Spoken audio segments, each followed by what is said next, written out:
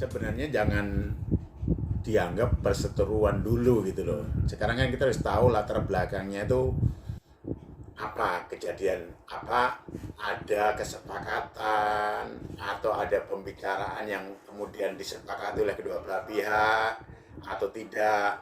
Jika seprolognya misalnya latar belakangnya tadi ada pembicaraan, kemudian disetujui oleh pihak yang lainnya atau yang pihak diajak bicara, berarti kan itu udah persetujuan gitu kedua belah pihak. Nah, ini ada tidak di sana, sehingga kita tidak boleh hanya karena mendengar saja terus mengambil kesimpulan, wah ini ada tindak pidananya misalnya, atau ada perdatanya investasi, belum tentu kejadian yang sebenarnya itu harusnya bagaimana gitu misalnya, gitu seperti itu.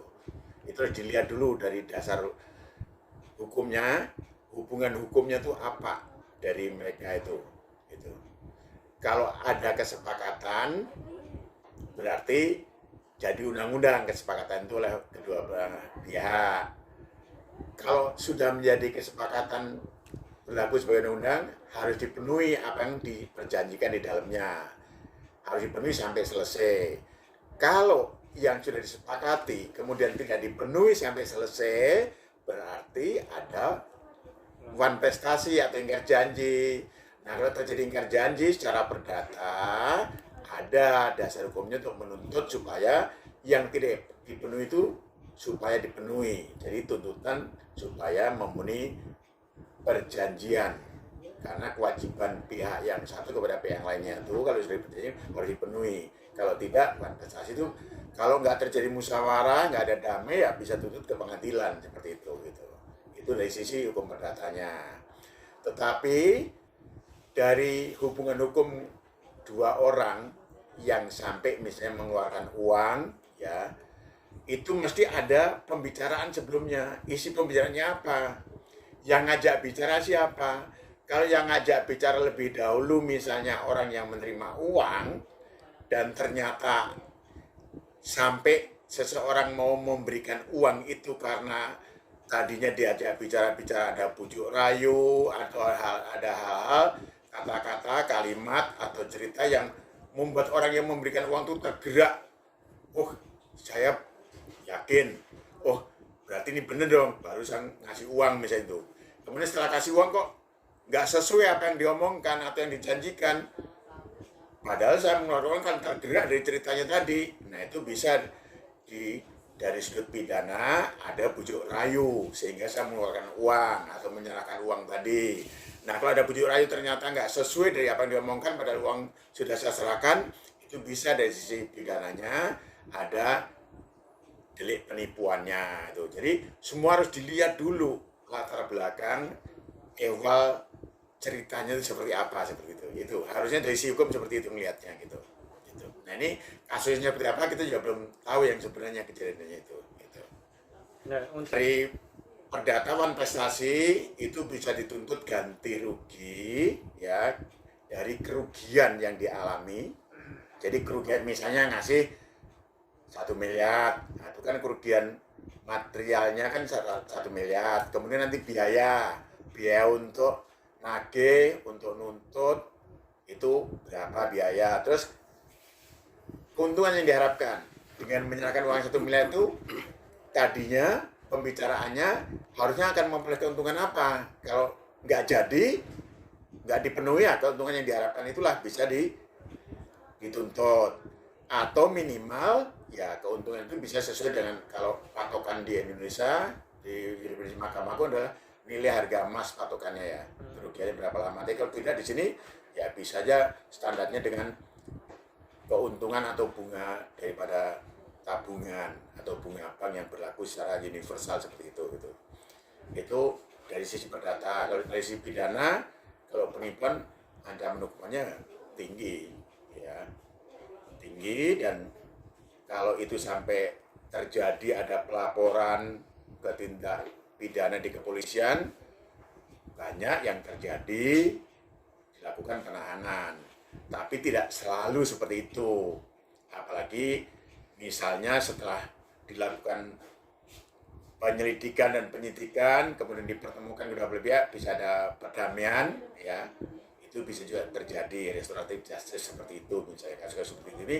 Lihat perkembangan alat buktinya cukup atau tidak. Misalnya saya dengan rekan ngomong soal gitu, tapi tiga orang lain tahu, cuma kita berdua. Terus nggak pernah ada janji, nggak pernah ada omongan ini, ya sulit membuktikannya.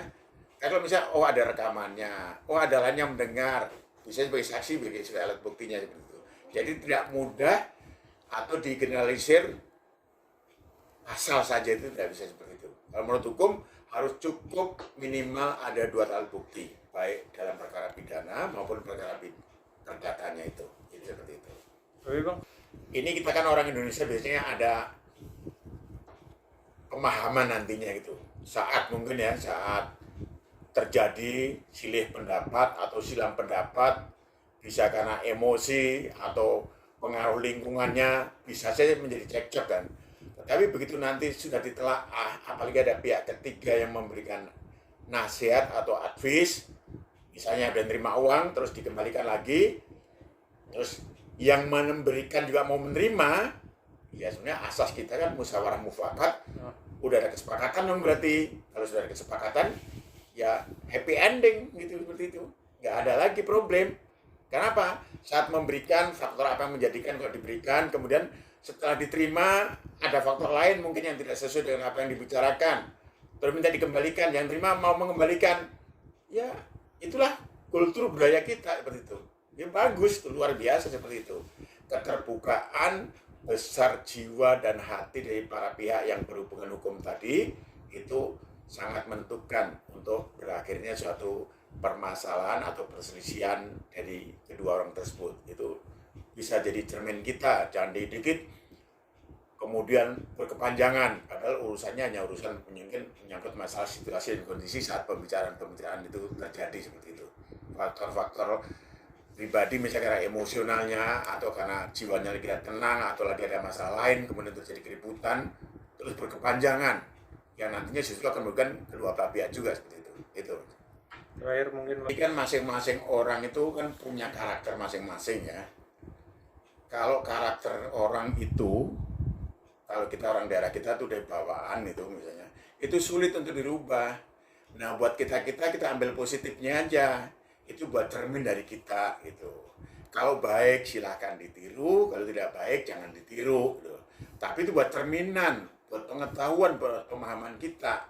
Menurut kita yang paling baik apa sih di dalam kehidupan bermasyarakat, berhubungan dengan teman-teman lainnya gitu. Yang baik dalam perselisihan yang terjadi di masyarakat itu, kita bisa dipakai, kalau pesan orang tua dulu, sebagai cermin kita. Kalau nggak baik jangan diikutin, kalau baik silakan diikutin, seperti itu gitu. Jadi kita nggak bisa menilai si A jelek, sifatnya gini-gini, si B baik karena sifatnya tidak bisa. Masing-masing punya karakteristik yang belum tentu ya dalam situasional di tempat-tempat lain juga bisa berlaku atau justru tidak berlaku itu. Jadi tidak bisa seperti itu. Yang penting buat pelajaran bagi masyarakat, ada kasus-kasus yang terjadi di tengah masyarakat, siapapun yang mengalami atau yang terjadi itu, kalau yang buruk kita doakan supaya selesai dengan baik, kalau yang baik kita syukuri. Kemudian jika kita berpendapat itu tidak baik, ya jangan ditiru gitu. Nah, kalau itu baik, ya harus sepantasnya kita niru, karena kebaikan itu harus kita kejar ya, gitu. Supaya hidup kita selalu penuh kebahagiaan dan kesuksesan seperti itu.